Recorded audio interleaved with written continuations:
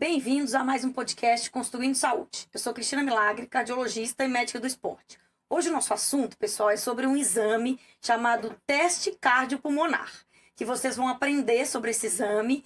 E as minhas convidadas são a doutora Flávia Bernardes Moraes e a doutora Ana Luísa Guimarães Ferreira. Elas são cardiologistas, médicas ergometristas, trabalham no Hospital Albert Einstein no setor de ergometria, são do Hospital Dante Pazanese, do Instituto de Cardiologia Dante Pazanese e cofundadoras do Instituto Limiares.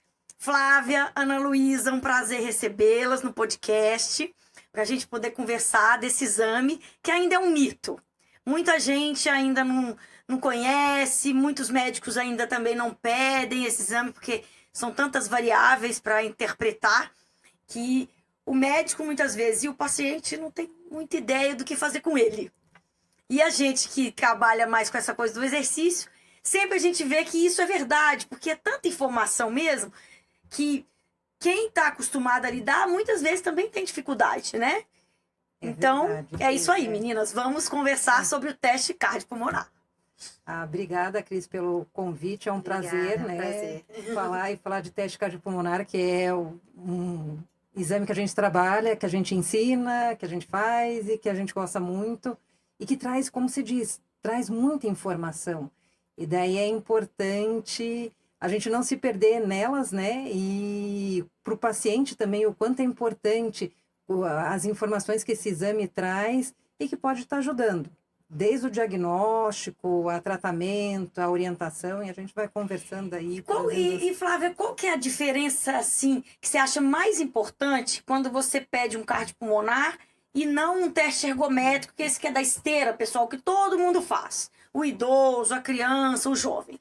E o cardiopulmonar, depois a gente vai falar das indicações, mas o que você acha que é o grande boom desse exame que traz muita coisa, assim, diferente pra gente? Então, assim, o teste cardiopulmonar, se a gente for fazer essa comparação, né, com o teste ergométrico, é um teste ergométrico que a gente consegue avaliar tudo que é ventilado, tudo que a gente respira. Então, é aquele teste, eu brinco, que é o teste do jogador de futebol, né? Aquele teste na esteira, que tem a máscara. Ele pode ser feito não só na esteira, mas na bicicleta também. E daí, assim, o que ele traz a mais? Ele traz todas as informações que o teste ergométrico traz, parte de eletro, de pressão, de frequência cardíaca, tudo que a gente avalia no teste ergométrico e mais a parte ventilatória. Então, a gente consegue avaliar o que a gente está respirando, como está fazendo essa troca e, através disso, avaliar as fases metabólicas do exercício, como vai mudando, porque daí assim, puxa, Flávia, você está falando de fase metabólica, que é isso, né? Coisa meio estranha. Mas é a partir daí que a gente consegue orientar o exercício. Prescrever o exercício. Prescrever o exercício. Então, para aquele atleta, aquela pessoa que está fazendo atividade física e que quer melhorar, é a partir dessas mudanças que a gente avalia no teste cardiopulmonar que a gente consegue orientar, seria legal você correr nessa faixa de frequência, fazer tiro em outra. No cardiopato, é que daí não vale só para o atleta, vale para o paciente geral. E o paciente doente, né? Sim. Que você vai pôr ele numa atividade física. E aí você também tem que saber onde começar, né? Todos esses parâmetros. Sim.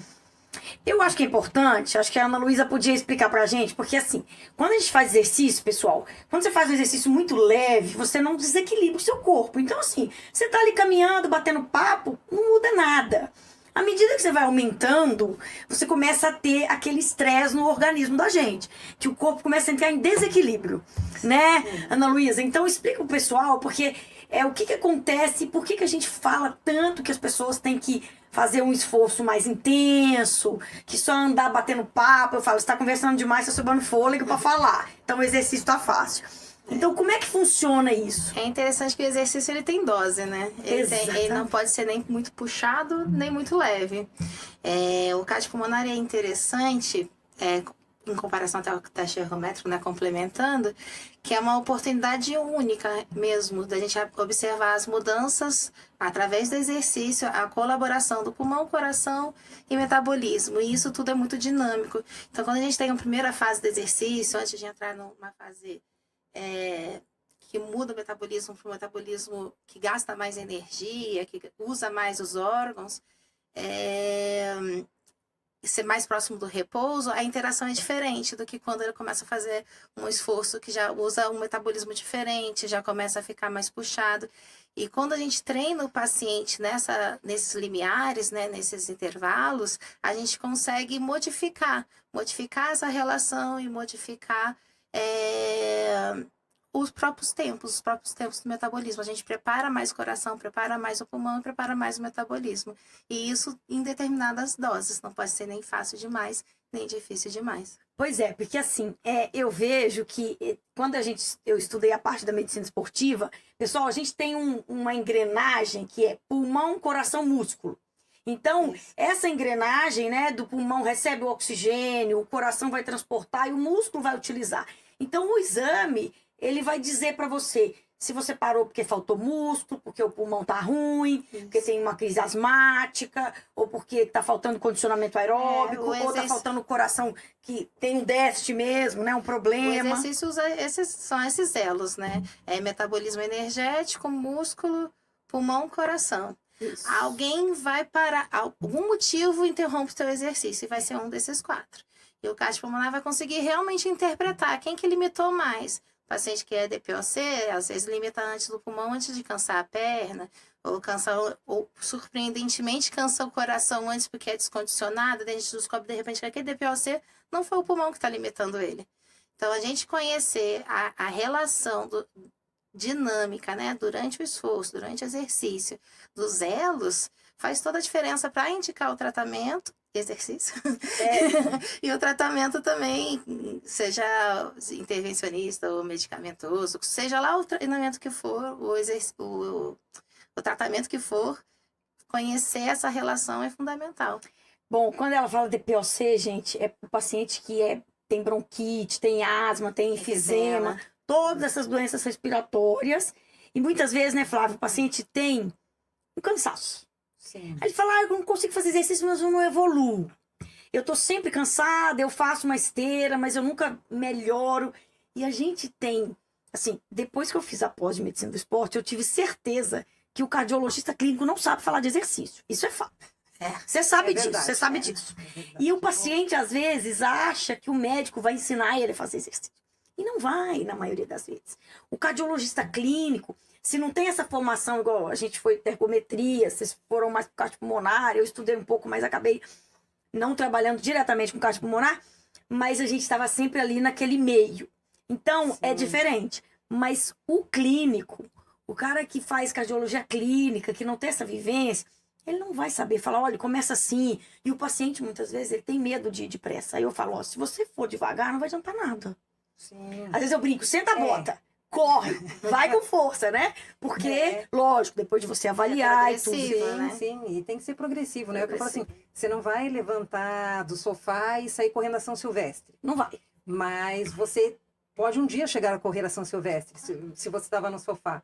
E como a Ana comentou, o que o cardiopulmonar ajuda é você chegar na dose adequada para aquele paciente, a dose adequada do exercício.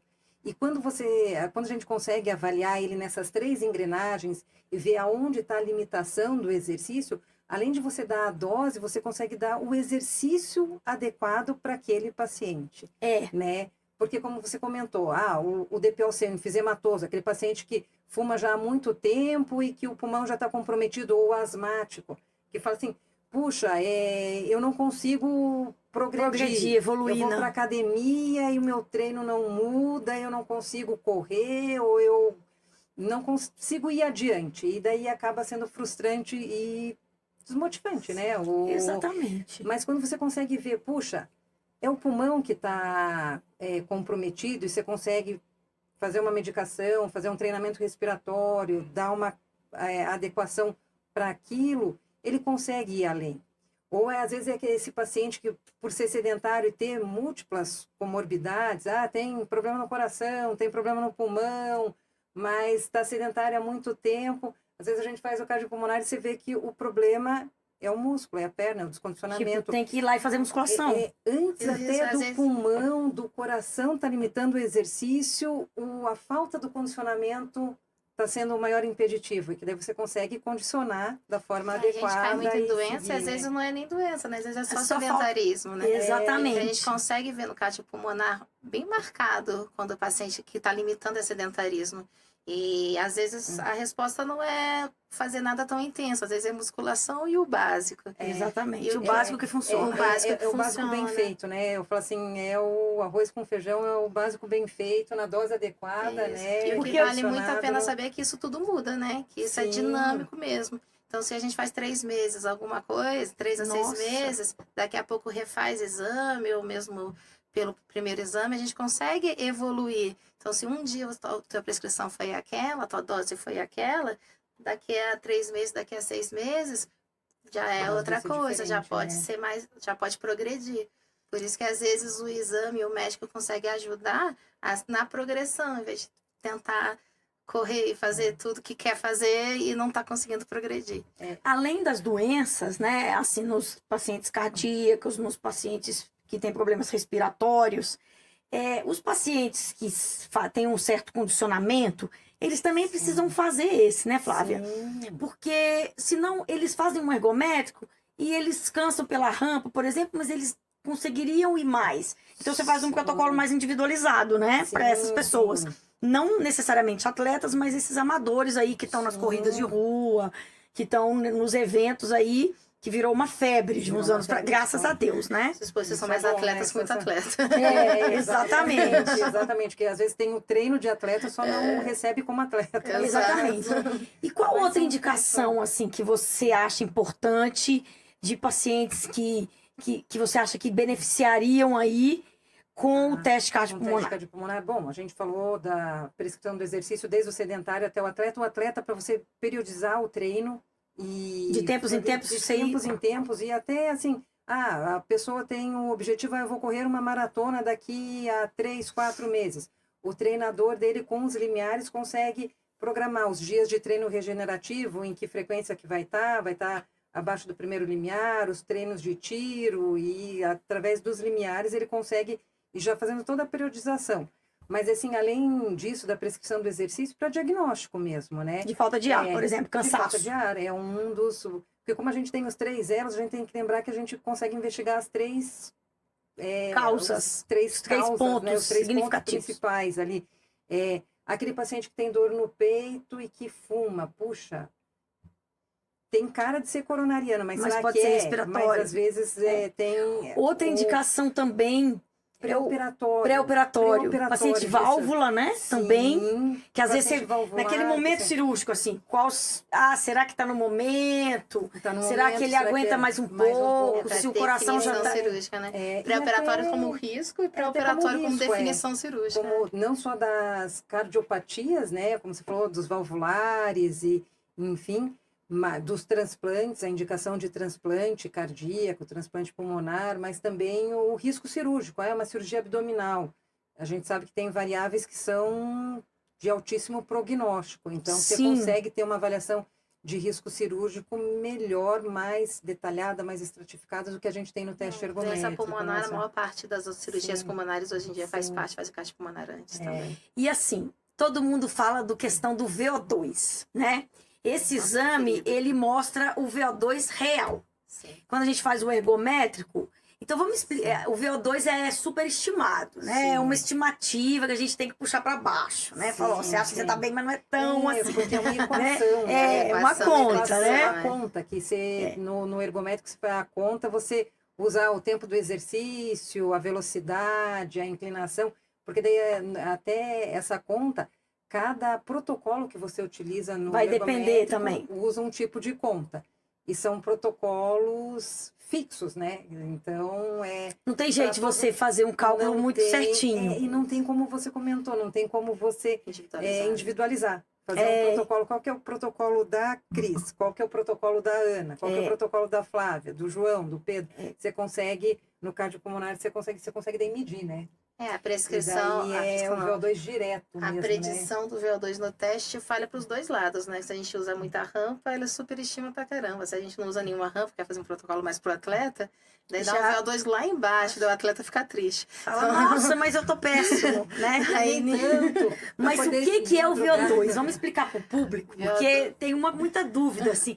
Tem paciente que fala, nunca ouvi falar, doutor. Tem uns que falam, eu queria ver meu VO2, mas o também... CAT pulmonar, ele mede 3 coisas diretamente, além do teste ergométrico, né? Ignorando todos os parâmetros que vêm do teste ergométrico, o CAT pulmonar também usa. O diferencial do CAT pulmonar é medir diretamente o VO2, que é o consumo de oxigênio. É o quanto de oxigênio eu extraio do ambiente. E depois eu solto o CO2. Eu uso oxigênio e solto dióxido de carbono. E ele vai medir o quanto que eu estou saindo de carbono de mim. Dessa troca. E a ventilação. Então, são as 3 coisas que eu meço. O VO2 em específico, ele é muito interessante. A gente usa ele para refletir saúde. Saúde. Ele mede saúde. Maior realmente. VO2 vive mais. Sim. Exatamente. E por quê, né? Se eu estou captando oxigênio do ambiente e eu estou conseguindo levar ele através do meu pulmão, eu já sei que essa troca está preservada. Se eu consigo pegar do pulmão e cair na corrente sanguínea, eu já sei que essa troca está preservada. Se chega no coração, eu já sei que tá isso tudo certo. está preservado. Se chega lá no músculo, eu uso lá na mitocôndria, dentro da célula. Eu sei que esse caminho está preservado. Então, eu uso o VO2 porque eu estudo o caminho dele. Se todo o caminho está bom, o VO2 é alto. Se tem alguma coisa no caminho que não está tão boa, reduz o VO2. Então, a gente usa como saúde mesmo, parâmetro de saúde. E no caso de via alterada, a gente consegue achar qual foi o momento que E onde você que vai agir. esse percurso. Alguma coisa no percurso mudou. Então, o VO2 a gente usa tanto como medição de saúde mesmo. Por exemplo, às vezes eu falo com o paciente, olha, se você tem 2 pacientes, às vezes com a mesma doença, o mesmo problema cardíaco, tudo igual. Quem tem maior VO2 vai viver mais. Né? Isso aí já é provado por estudo. E como que a gente melhora VO2? Não só fazendo exercício aeróbico, né? Porque você precisa do músculo lá também. Sim, musculação. Então, às vezes, tem paciente que não gosta de fazer aeróbico. Aí eu falo assim, ou não gosta de fazer musculação. Aí eu falo, se você fizer musculação, você melhora no beach tênis. Você melhora sua performance no tênis. Você vai jogar melhor, né? É aquela coisa, você tem que ter a estrutura para poder fazer também o aeróbico, né? Sim. Então, você tem que ter músculo, o músculo tem que estar funcionando da forma adequada. Uma coisa que é interessante, assim, quando a gente fala em limitação do exercício, que é o que o cardiopulmonar consegue avaliar, até falei no congresso sobre síndrome pós-Covid. Porque o Covid é aquele paciente que cansa, né? Sim. Que continua cansado mesmo depois que a infecção já se resolveu. E daí a gente pensa assim, puxa, Covid afetou o pulmão, teve os casos que a gente sabe de miocardite, o que está limitando? É o coração, é o pulmão? Quando o cardiopulmonar foi avaliar, você vê que o que mais limita é a parte muscular, Tá a parte vendo? periférica. Miopatia mesmo, ou falta de captação de treinamento mesmo. Porque aquele paciente que faz o Covid longo é o que fica com inflamação por muito tempo. E essa inflamação, que gera essa limitação ao exercício, não afeta, na maioria das vezes, né? Tem casos que afeta pulmão, coração, mas na maioria das vezes não afeta nem o coração, nem o pulmão. O comprometimento é muscular. E daí você tem que ter o exercício direcionado para isso e resolve, e é o melhora. ciclo vicioso, né? Que a inflamação do Covid causa a doença do músculo e sim. você não conseguir mais treinar por causa do cansaço impede que melhore o músculo. Então, é o ciclo vicioso que leva ao Covid longo e a dispneia, a falta de ar, a incapacidade de fazer exercício. E no cardiopulmonar a gente consegue medir isso também. Então, a gente consegue medir, como a Ana comentou, o VO2, o VCO2, né? A produção de gás carbônico, a ventilação. Mas tem outras variáveis que a gente consegue ver se o oxigênio está sendo utilizado da forma adequada pelo músculo.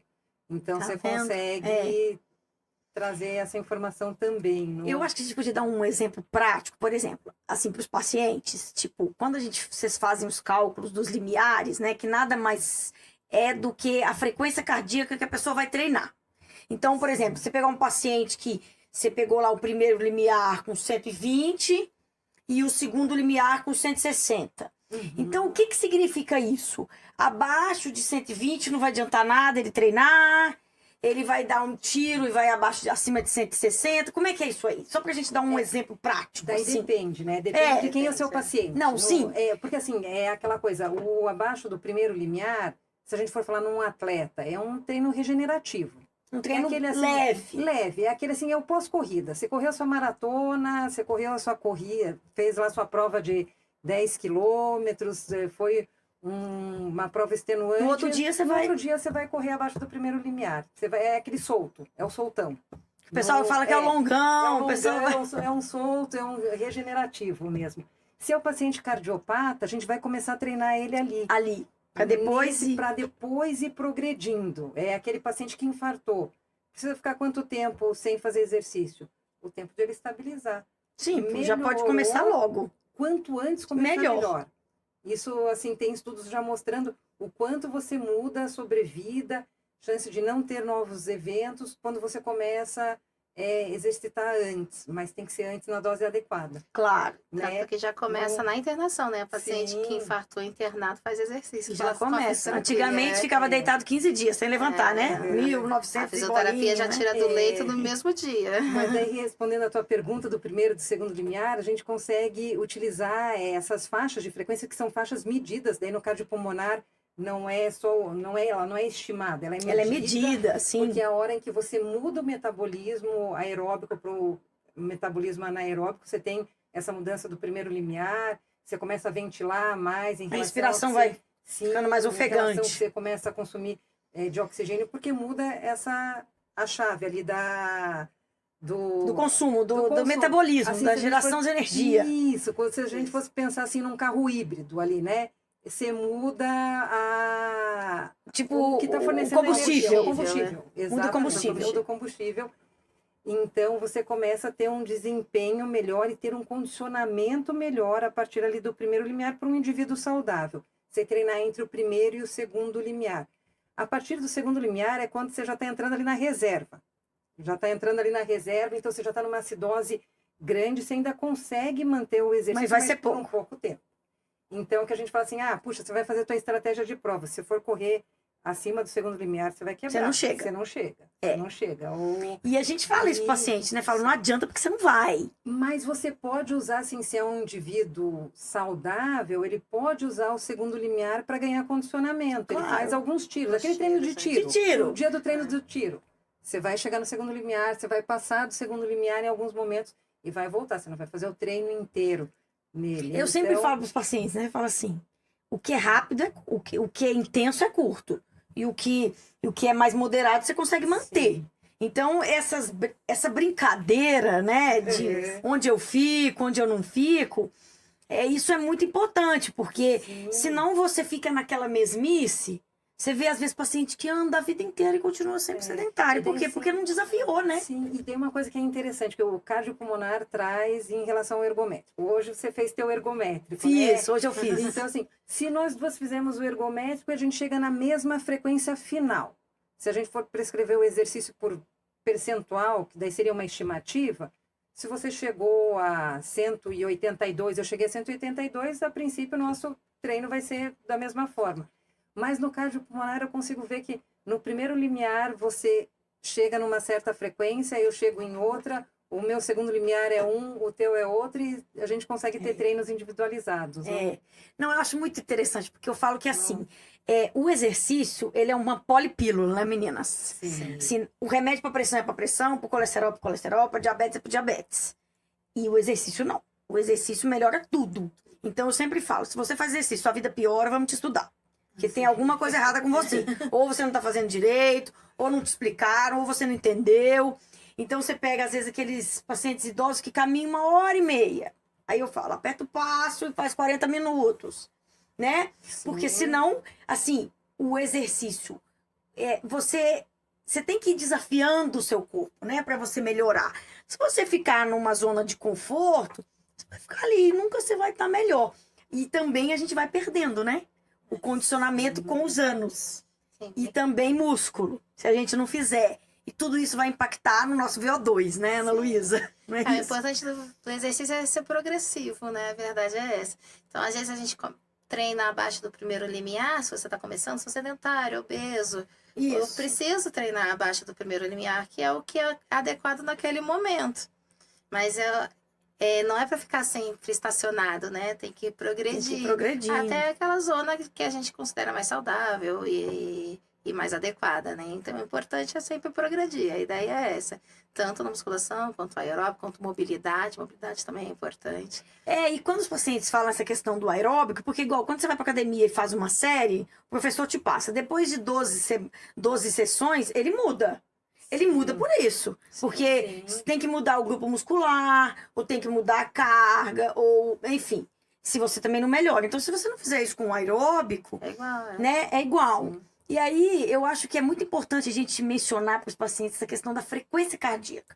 Porque é o que a gente fala. Eu falo para os pacientes, a frequência cardíaca no exercício é seu corpo dizendo, olha, tá de boa ou eu tô aqui morrendo, né? Sim. Então, se você tá fazendo um exercício leve e tá muito acelerado, você pode estar muito descondicionada, né, Flávia? Sim, Pode ser só sim, isso. Pode ser só isso. Ou você pode estar fazendo uma arritmia no exercício, Exatamente. daí o exame consegue detectar, né? Mas se a tua frequência está fora do que é a frequência esperada, é bom dar uma olhadinha, Tem que é pesquisar, bom avaliar. Porque Porque eu você possa falo- fazer com segurança. Exatamente, né? porque o nosso corpo fala por nós. Sim. E se você... Às vezes o paciente chega e fala, nossa, doutor, eu comecei a fazer isso e meu coração disparou. Eu falei, graças a Deus. Porque se não disparar, tem alguma coisa errada com ele. Porque é o nosso mecanismo. Nós não vamos Sim. ter outro no primeiro momento, né? Só taquicardia. Pra dar conta daquilo ali, né? É. E aí eu acho que a gente tem que levar mais essas informações. E eu acho que pedir mais esse exame, explicar mais para os pacientes o quanto esse exame traz informação. Hoje todo mundo pode ter um reloginho, né, É isso que eu ia gente? falar. Sim. Tendo esse relógio, saber esse conceito da frequência é muito interessante, porque o paciente consegue se seguir. Sim. E o paciente consegue ver. Se depois de um mês, minha médica falou que eu preciso andar a 135 batimentos por minuto. Olha o reloginho. Com o tempo, tu vai ver que naquele grau de esforço, tua frequência está 120. Então, é aquele momento Que você já tem que progredir. progredir. É aquele momento que você já melhorou, tu já fez o teu próprio... Você já fez o bem a você e agora tu tem que progredir um pouquinho mais. Então, essa cadeia, essa cadência, o exame ajuda a auxiliar o médico e o paciente, né? E o reloginho nessas horas é essencial. Eu acho que a gente tem que usar tecnologia hoje. Os pacientes adoram, mas muitas vezes eles também nem sabem, assim, Usar. interpretar aquilo ali, Sim. né? Muitas vezes ajuda a gente a detectar uma arritmia, né? Porque eu falo que um batimento de 220 numa pessoa de 40 anos, dificilmente ela tá num ritmo normal. Provavelmente ela fez uma arritmia. Se for um jovem, tiver 205, tiver 20 anos, estiver fazendo um exercício, pode até ser que seja normal aquilo ali. Mas para nós, que já estamos lá Muitos quase nos jovens 50, pode acontecer. não vai chegar dos 200, né? Mas eu acho que... aprendendo a economizar, né, no batimento também. Então, quanto mais idoso, quanto o tempo vai passando, é normal que a frequência não suba mais tanto, né? Quanto na criança, no jovem. Então, tem que É ficar importante atento. usar os dados do relógio junto com o teu médico, né? Essa é uma parte Sim. importante. Que já vi, não uma vez, infelizmente, o que o relógio fala, né? Tá em arritmia. Ele É que fala. às vezes não tá. E Já às vezes aconteceu? não tá, exato, É, justamente. eu peço pra Às mandar vezes não tira pra tá. mim da foto. Então, precisa enviar o traçado para um médico, porque o relógio dá uma errada. Ele é muito bom. Quando tiver arritmia, ele vai ver, mas muitas vezes ele vê e não é. Então, Às vezes ele vê precisa coisa da demais, diferenciação. né? É, porque é o software, né, gente? Tem horas que não tem como. Só que com a facilidade. Interferência e captar interferência e achar que é arritmia. Mas normalmente quando é arritmia, a chance dele falhar é muito pequena, né? Isso que a Ana...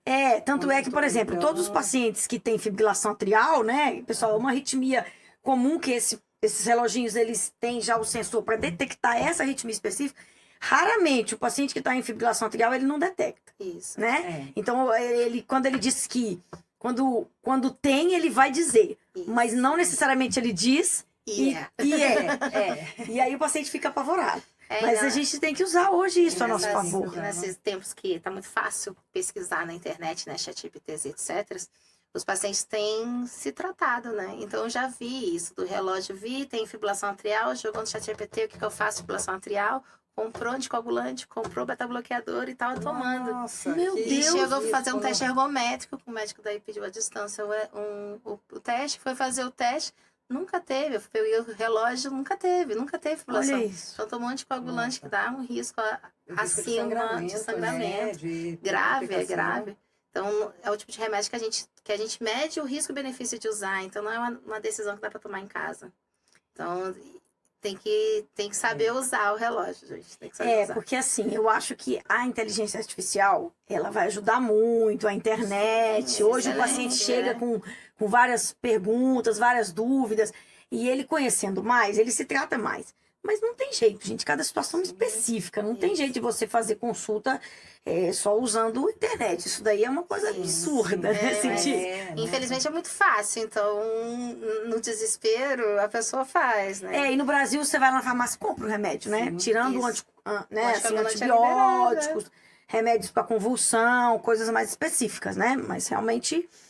Então, assim, tem algum outro ponto que vocês acham importante aí, dessa avaliação do cardiopulmonar, a importância do exame, alguma coisa que a gente não tem abordado aqui, assim, para o público leigo, assim, que se tem alguma coisa que ele pode falar com o médico dele, será que não é bom eu fazer esse exame, né? Porque muitas vezes é difícil, né? Às vezes tem médico que acha ruim o paciente chegar e sugerir um exame, né? Sim, que também faz parte do mundo moderno, né? De você ter mais informações e você poder, tendo essa troca e sugerir. Mas acho que realmente, assim, tanto para diagnóstico como para tratamento, para acompanhamento, né? Das doenças crônicas, né? O cardiopulmonar ajuda muito para a prescrição do exercício. Nossa, é bem amplo, né? Eu queria perguntar uma questão minha específica de dúvida. Quando a gente sempre vê no final do cardiopulmonar, muitas vezes aquela rampinha final, né? Assim, que o pessoal põe, a inclinação no finalzinho. Aí vocês comentaram dessa questão, se põe muita rampa, o VO2 vai modificar. Na prática, assim, é uma coisa corriqueira mesmo? Depende do paciente. Daí, assim, depende porque como acontece o cardiopulmonar, né? Começa pelo fato da gente conseguir individualizar o protocolo, a gente tenta mimetizar o que o paciente já faz. Então, assim, aquele paciente que faz corrida na rua. Na rua. Não tem rampa. Não tem rampa. Mas o que faz corrida de montanha?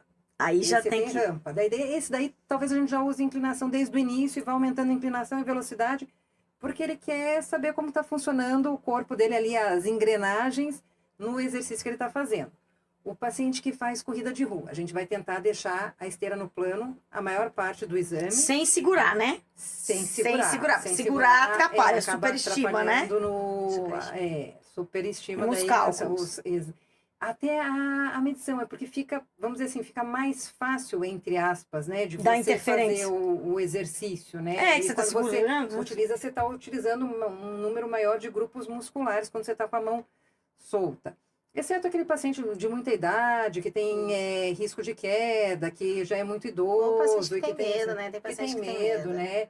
Se ele não se sentir à vontade para ficar com a mão solta, ele até pode ficar com a mão ali. Mas não é o ideal, né? Não é o ideal. Se ele puder ficar com a mão solta, é melhor. Lembrar que no cardiopulmonar ele não vai interferir tanto no VO2, porque a gente vai estar medindo. Como que funciona assim na prática, né? O aparelho, ele mede o oxigênio do ambiente, ele consegue medir o que está entrando e o que está saindo. Então, ali você consegue saber o que está consumindo. Não vai atrapalhar. Daí não é estimado. Então, acaba sendo medido mesmo. Não? Mas você pergunta assim do paciente que corre. A gente tenta evitar de inclinar a esteira ao máximo possível. A gente inclina a esteira na hora que a gente começa a ver que a biomecânica da passada chegou no limite. Daí não dá para correr, para acelerar mais. Porque daí cada um tem... Ele vai cair. Daí não é só a questão do tamanho de perna, mas é o que a Ana comentou da flexibilidade. Você ter flexibilidade, você ter mobilidade para continuar. Para continuar. Porque senão, se você aumentar a velocidade, ele fala assim, puxa, eu pedi para parar porque eu achei que ia cair, talvez caia mesmo, porque ele já está chegando num momento bem de exaustão mesmo. E da dinâmica. Da dinâmica mesmo, da dinâmica. Acaba limitando o exercício à anatomia da passada e não ao cansaço de nenhum dos elos que a gente comentou. Daí no cardiopulmonar a gente consegue ver os parâmetros durante o exame. se o VO2 já está chegando na fase de platô, que é a hora em que realmente está chegando no máximo do que você consegue. Se a tem um outro parâmetro que a gente chama de razão de troca, que é uma relação entre o que você consome de oxigênio e o que você produz de gás carbônico, que também tem chega no limite, no máximo. Então aquele paciente às vezes não está no máximo do que ele consegue se exercitar, mas a biodinâmica da passada dele já está chegando no máximo. Então a gente tem que colocar rampa, né? A gente tem que por isso que é muito, né, a perspicácia do médico, tudo ali. E daí a gente até fala assim de inclinar, porque tem uma outra coisa que também às vezes vem no laudo, né? Foi o protocolo de rampa, daí fala assim, puxa, mas não tem inclinou. Rampa. Não, o rampa, o que a gente se refere é a graduação que a gente vai distribuindo a carga ao longo do esforço. Então a gente vai distribuindo a carga, o aumento da velocidade de uma forma linear. Por isso que Por isso que faz como se fosse uma rampa, mas essa rampa é o gráfico fica em rampa, né? Mas a esteira tá retinha. Tá retinha, E outra coisa também que faz diferença, só pra gente finalizar, que o nosso tempo já tá acabando, é a bicicleta e a esteira, né, meninas? Sim. Porque assim, às vezes o paciente que vai fazer o teste ergométrico simples, por exemplo, ele fala, eu não sei, mas eu sempre falo, sempre vamos preferir a esteira, porque você caminha desde que você nasceu, começou a caminhar. Exatamente. Então o caminhar é fisiológico. E se a pessoa não está acostumada a pedalar, ela vai fadigar a perna. Sim. Então, assim, e também o VO2 na bicicleta e na esteira é diferente, né? Sim. Acaba sendo diferente. Sempre, se você fizer para a mesma pessoa, vai dar diferença, né? O ideal, tanto a frequência cardíaca quanto o VO2. O ideal é que você use o ergômetro que a pessoa está mais adaptada. O cara é ciclista, você não vai pedir esteira. Ele tem perna para bicicleta. Ou é que o que acontece... Muitas vezes os pacientes acham assim, eu vou fazer meu exame na bicicleta que é mais fácil. Mentira. Não é mais fácil. Acaba sendo mais difícil, porque na bicicleta... E o exame é pior, né? Porque assim, na esteira a gente aumenta a velocidade, na bicicleta a gente aumenta a carga. Então começa fácil, mas vai ficando mais pesado. E se a tua perna não tá treinada, a perna trava, cansa e o fôlego ainda não cansou, daí teu VO2 fica mais baixo. Você tem um nível de exercício menor do que o que você consegue fazer na esteira. Eu acho que o que atrapalha é o imaginário, né? Eu acho que todo mundo imagina, acho que é tão famoso ver esse exame para atleta, que imagina que todo mundo vai correr. Daí, eu nunca corri, eu nunca fiz nada, eu não consigo fazer esse exame, vou fazer na bicicleta. Mas não, na verdade, na conversa inicial, nunca corri, não é no dia do teste que a gente vai fazer correr. Exatamente, né? ele vai caminhar, né? Vai caminhar. Então, a gente consegue fazer exame a 3 km por hora, a gente pode começar o exame a 1 km por hora. Só vai correr quem pode correr. Então, o que eu falo, precisa da bicicleta. A bicicleta realmente é para quem não consegue fazer a esteira ou quem já está realmente muito acostumado a fazer bicicleta. E até nessa situação, muitas vezes a gente usa a inclinação, né? Porque assim, o paciente tem alguma limitação ortopédica, enfim, ele não consegue correr, ele consegue chegar até uma certa velocidade. Aí você põe a rampa e dificulta daquele mais. momento a gente consegue, chegou no máximo da velocidade que ele consegue se exercitar, a gente consegue dar a carga de esforço. O recado principal é que é mais fácil fazer esteira. Se você nunca fez exercício na vida, teste de esteira dá pra fazer, fique tranquilo. Eu falei, não, você começou a andar com um ano de idade. Se você tem 40, 50, 70, você anda desde então. Então, o médico vai colocar sem rampa, né? Os protocolos tradicionais de teste ergométrico. Se for o cardiopulmonar, tem sempre aquela pergunta, né? Por que você tá aqui? Você é sedentário, você caminha, você corre, o que você faz?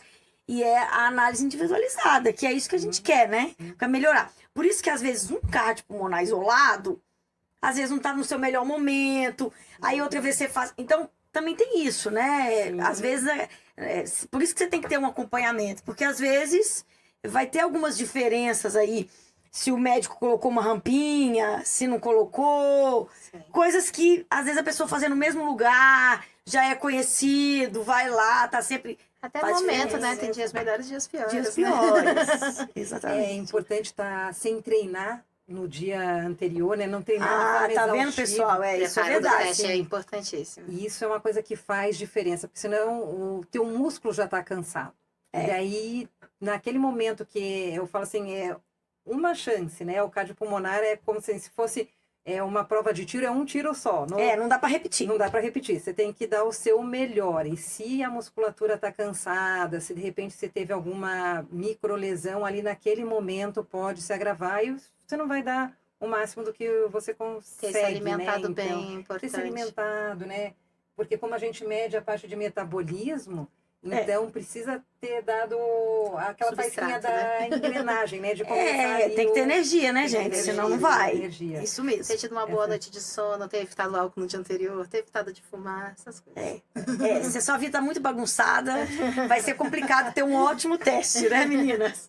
Bom, nosso tempo está terminando, acho que foi ótimo. Foi excelente. Agradeço muito a presença de vocês, a gente esclarecer sobre esse exame que muita gente ainda tem dúvida, muitos médicos, muitos pacientes. E a gente pode depois, num outro momento, falar de assuntos relacionados ao exercício, né? Podemos combinar depois. Sim. Então, eu agradeço mais uma vez a Ana Luísa, Obrigada. Flávia. Foi muito prazer, bom ter foi um vocês aqui. prazer. Foi muito bom. Obrigada, Cris, Obrigada. pelo convite. Foi muito bom mesmo. Não... Excelente, obrigada. Então tá bom, gente. Ficamos aqui. Até o próximo podcast.